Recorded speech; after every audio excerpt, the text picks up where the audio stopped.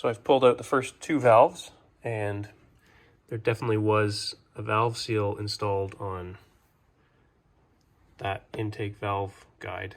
And putting it over top of this valve and sliding it up and down, it doesn't seem loose, and it was definitely, you know, in place where it was supposed to be. And the little spring that sits around the top to keep it tight, that was still in place too. So I'm still going to go ahead and clean up these valves. That exhaust valve is crusty and dirty. The intake valve's not so bad, but I'll clean these up since I've got it all apart. And I've got a new set of springs to go in. And I'll replace the valve guide seals. And I'll show you the setup that I use to take the springs out. And I'll show you when I take out the next two. So here's the goofy process that I've used to remove the valve springs from my head. So I just cut a little piece of wood that matched up with the shape of the combustion chamber, and then just profile it so I can flip it around and fit it into, you know, each of the different chambers. This will all get cleaned up, of course, before I put it all back together. So I just slide it underneath and then slide it along this table on my drill press. And then I took an old wrench from an extra set that I have, actually not from a set, just an extra wrench that I had kicking around, drilled a hole in it, put a piece of threaded rod or a cut up bolt with a nut. And then I'd seen this on YouTube, somebody else has done this before me. And it's just a matter of pushing down on, I'll rotate this so that the camera can see it. Pushing down on the drill press.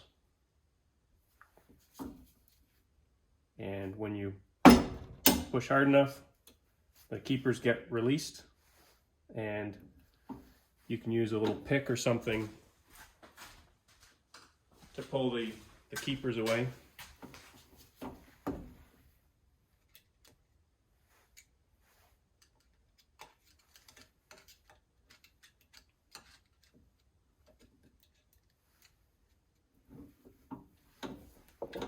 And then when you release it,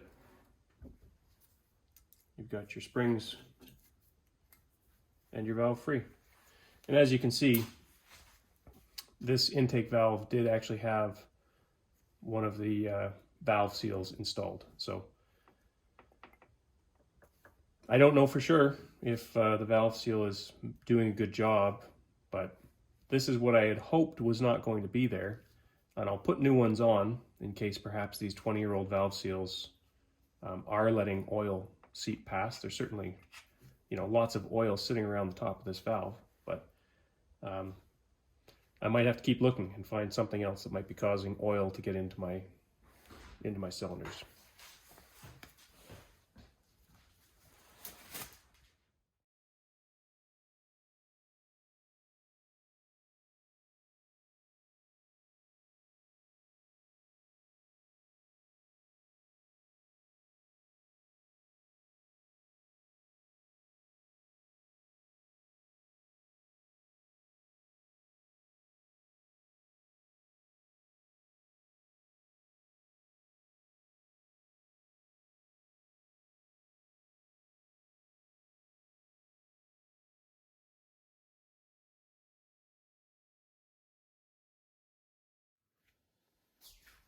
So interestingly enough, the new springs and the top cap and the bottom spring cap, pretty similar to the old ones, almost identical. The only difference I can see, or the only significant difference I can see, is that all of the old inside springs, the smaller springs, are probably, I don't know, 1/8 of an inch or so shorter than the new springs. So when I stack the new springs together, they sit pretty much the same height as each other. When I stack the old springs together, the smaller spring sits down by, well, it might be even more than 1/8 of an inch.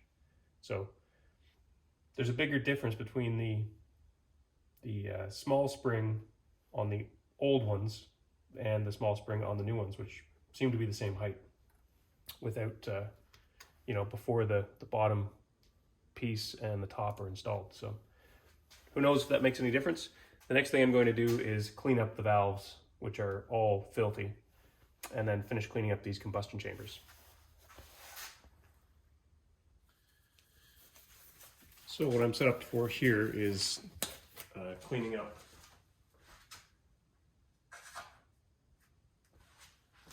some valves.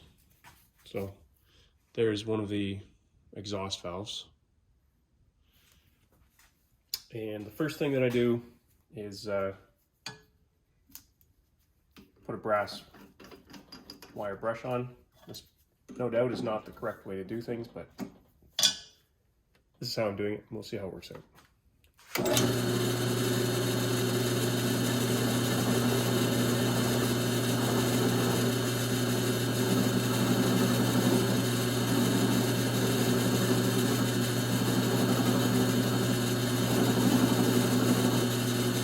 Got safety glasses on, of course, and all I'm using the brush for right now is to take all the crap off on the top, and I'm not brushing the mating surface where it lines up with the head.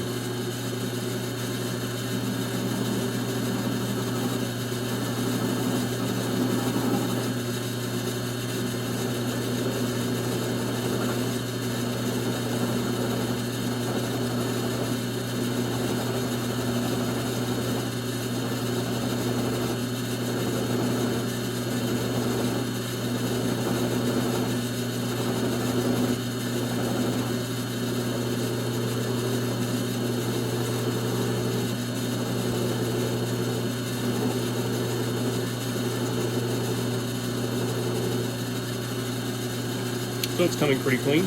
There's a lot of buildup right here.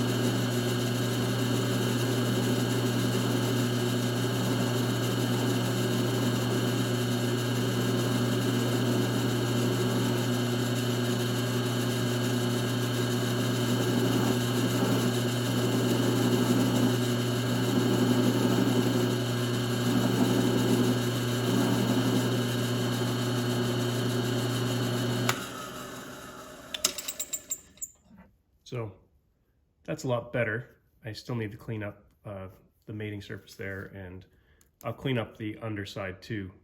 I'm not going to worry about getting this perfect, but we'll clean it up so that it's at least better than what it is.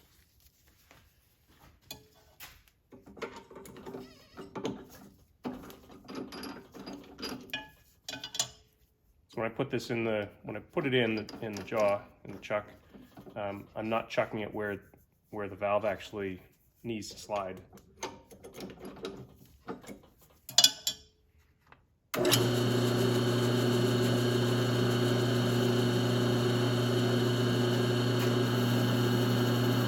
So just a piece of clean Scotch-Brite.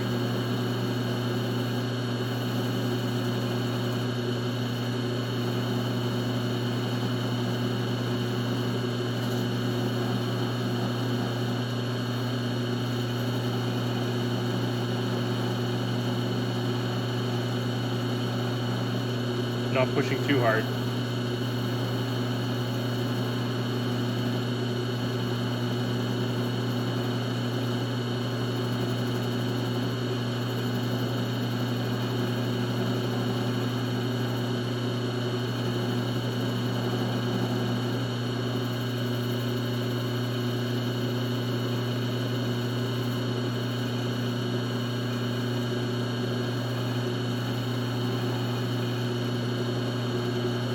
And then some 40 grit on the bottom.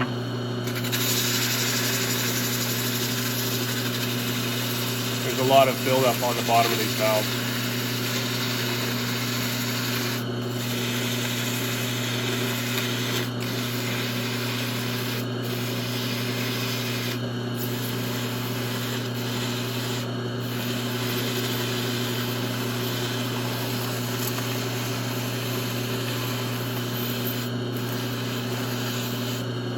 You can see when it's when it stops coming off, and you're not going to get it perfect like this.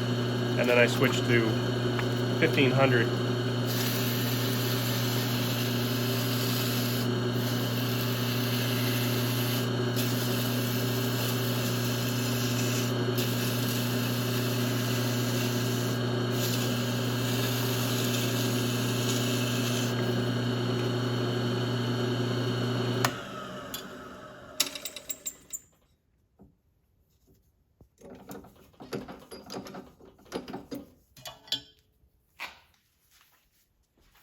So there's the bottom of the valve. It's not perfect, but it's certainly good enough.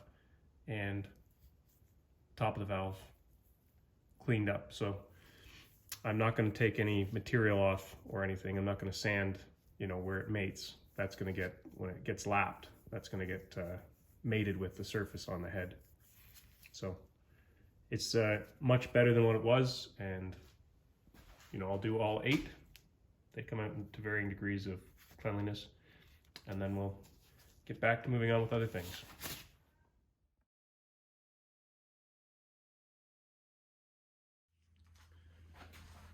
It's time to reinstall the valves. I've already done 6, so I've just got the front 2 valves to go in, and they go in the reverse of how they came out.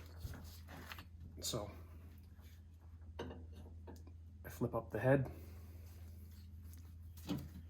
just position it so it doesn't move around, and then take my valve, which I've already cleaned up, and just to put a bit of oil on the valve stem. This is just fresh motor oil.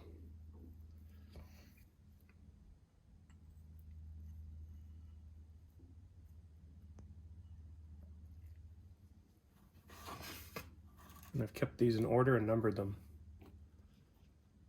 since they've been lapped.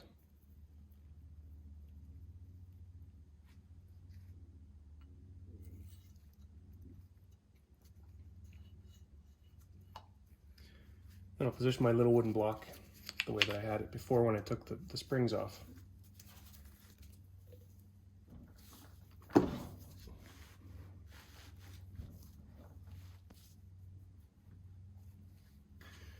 So I installed new valve stem seals, or valve guide seals, on the intake valves. The ones that came off didn't look too bad, but since I had the whole thing apart, I figured I might as well switch them anyway.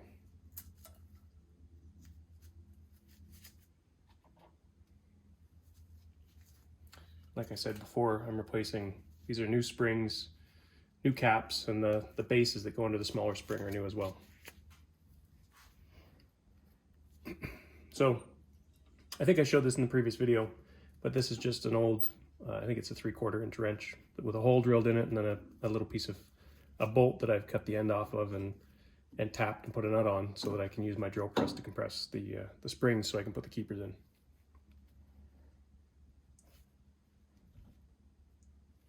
So I'll just reposition the camera so that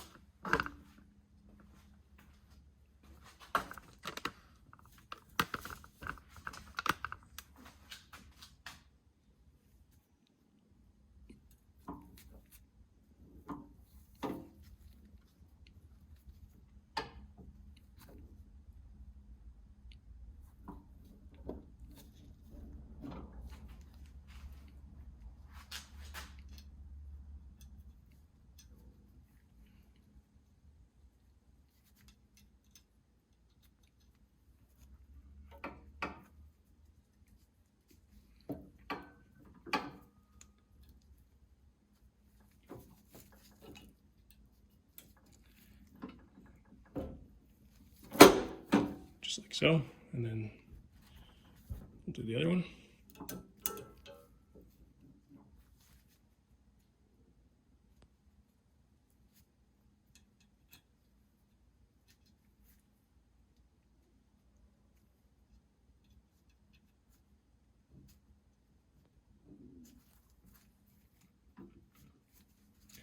When they're in the right position, they seem to just drop into place.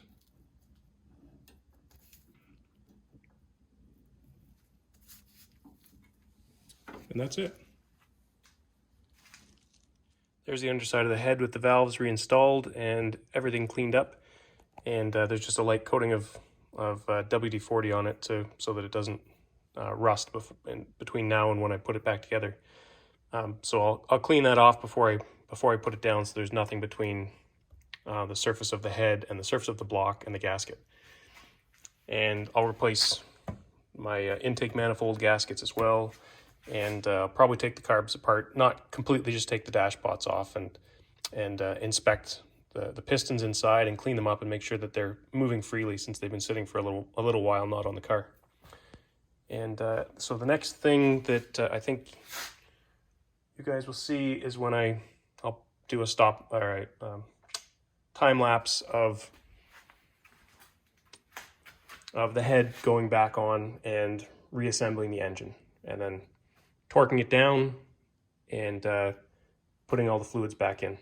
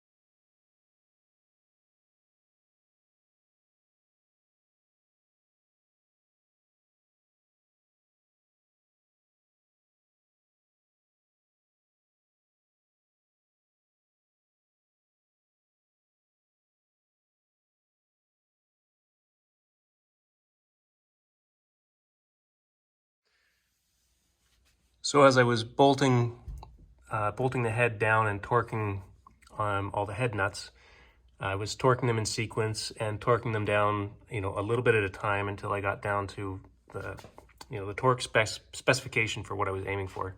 And unfortunately, even though I replaced all the studs, this stud snapped just as I was approaching the maximum torque. So that sucked. And it snapped, of course, right down where the threads go into the block. And that happened at about 10 o'clock at night, and I was trying to decide how I was going to if I was going to have to pull the head off or what I was going to do. I didn't have another head gasket, so I was hoping that I could get that bit of threaded stud out and pull it out of the hole, which is what I did. So how I did it was, so this is the broken stud. This one was brand new originally, and it broke off. It's a pretty ugly break. I have no idea why it snapped, but luckily I had the old ones, and so I've reused one of the old head studs. And how I got it out was the studs were installed finger tight into the block, and I was able to just modify a screwdriver and sharpen it a little bit and slowly work out the threads just by spinning the screwdriver until finally I could feel that it had wobbled all the way out. And then I used a narrow magnet down the hole to pull that out, and I was able to thread a new stud in. So the question is whether or not that the head gasket, which was all the other fasteners were torqued down, almost fully torqued down, except for the one that snapped. So I replaced it and then backed the others off a quarter turn and then brought them all back down again. So the only question is, if any damage was done to having the head gasket fully compressed and then backed off a little bit and then compressed again. So we'll find out when this finally fires up. The first time I installed the head, I had a leak, an oil leak right here and another one back here. So I'm hoping that when this fires up, there are no oil leaks and there are no coolant leaks, and the compression is good. And if that's the case, then I got away with something breaking that one head stud.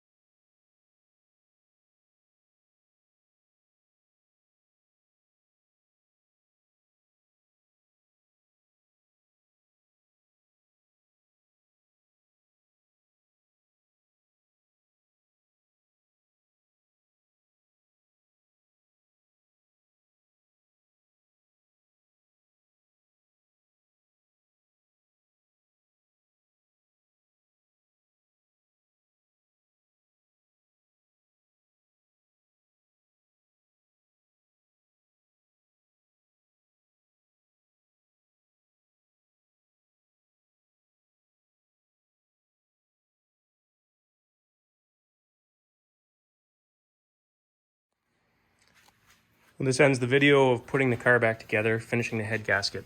And I did check to make sure that I wasn't getting... The car ran for a few minutes and got up to temperature. It idles okay, but I still have an issue of once it's warmed up and I give it gas, when I give it throttle, the car is bogging down, which is basically what it was doing when I limped home the last time I drove the car. I'm going to check the compression on the cylinders since I put the head gasket back on and see if there's been any change. And then I'll probably come back and just give you an update on that. But the next video will be trying to determine why the car bogs down when I give it gas, which is basically what it was doing, as I said, the last time I drove the car. So first thing I'm going to try is to replace my fuel filters. This one up front looks pretty clean. I think there are two. There's one that came with the electric fuel pump, a little metal one that you can't see the inside of, and then I installed another one like this past that before the fuel line goes up to the front of the car. So I'll remove the metal one if it's still there and replace the one like this at the back, and then run the car and see if it corrects my issue of not getting enough fuel, because it bogs as soon as you give it gas once the car is warmed up. But when the choke is out, when I first start up the car starts up just fine, and it runs fine with the choke out, like it's warming up, and I can give it gas, give it throttle, and the engine accelerates. But as soon as the car has warmed up and I put the choke in, then when I give it throttle, it dies right away. You can't give it any throttle at all, almost. It's not even the smallest amount. And so that's why I'm hoping it's a fuel issue, either clogged fuel filter or clogged fuel pickup, or maybe the fuel pump is failing. So I'm gonna look at the fuel first, because I know I've got lots of air, and I assume that my spark is okay because it's idling. It fires up okay and it idles okay, and I can throttle it up when the car is first started. My hope is that the issue is that because there's maybe not enough fuel, the bowls fill up, I think, or I'm hoping, when I first start up the car, so that they're full, and that's why when the choke is out, I can give it gas and it'll throttle up. But then once it's been running for a few minutes, perhaps the bowls drain down and the pump or the fuel lines can't keep up with keeping the bowls full, and it's just being starved of gas. So that'll be the next video, and hopefully we can get this sorted out, because there are a few fun things I want to do with the car soon.